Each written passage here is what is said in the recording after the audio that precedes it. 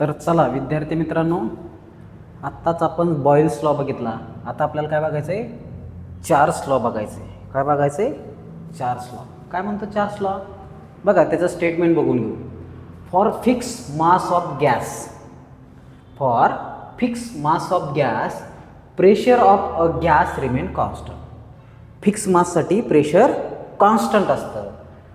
It's volume is directly proportional to the absolute temperature.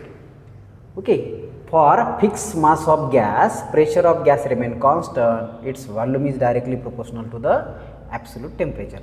मग volume is directly proportional to absolute temperature at constant pressure.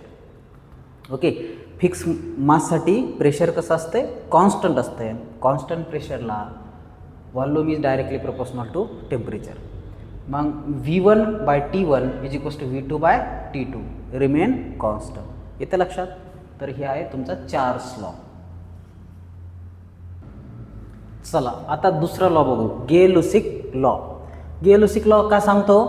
For fix mass of a gas volume of gas remain constant. Fix माससाठी volume of gas constant असतो.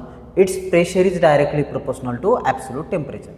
Pressure is directly proportional to absolute temperature at constant volume. तर याचं statement काय? For fix mass of a gas volume of gas remain constant, its pressure is directly proportional to the absolute temperature.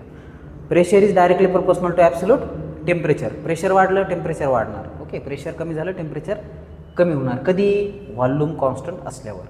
So P1 divided by T1 is equals to P2 divided by T2 remain constant. Okay,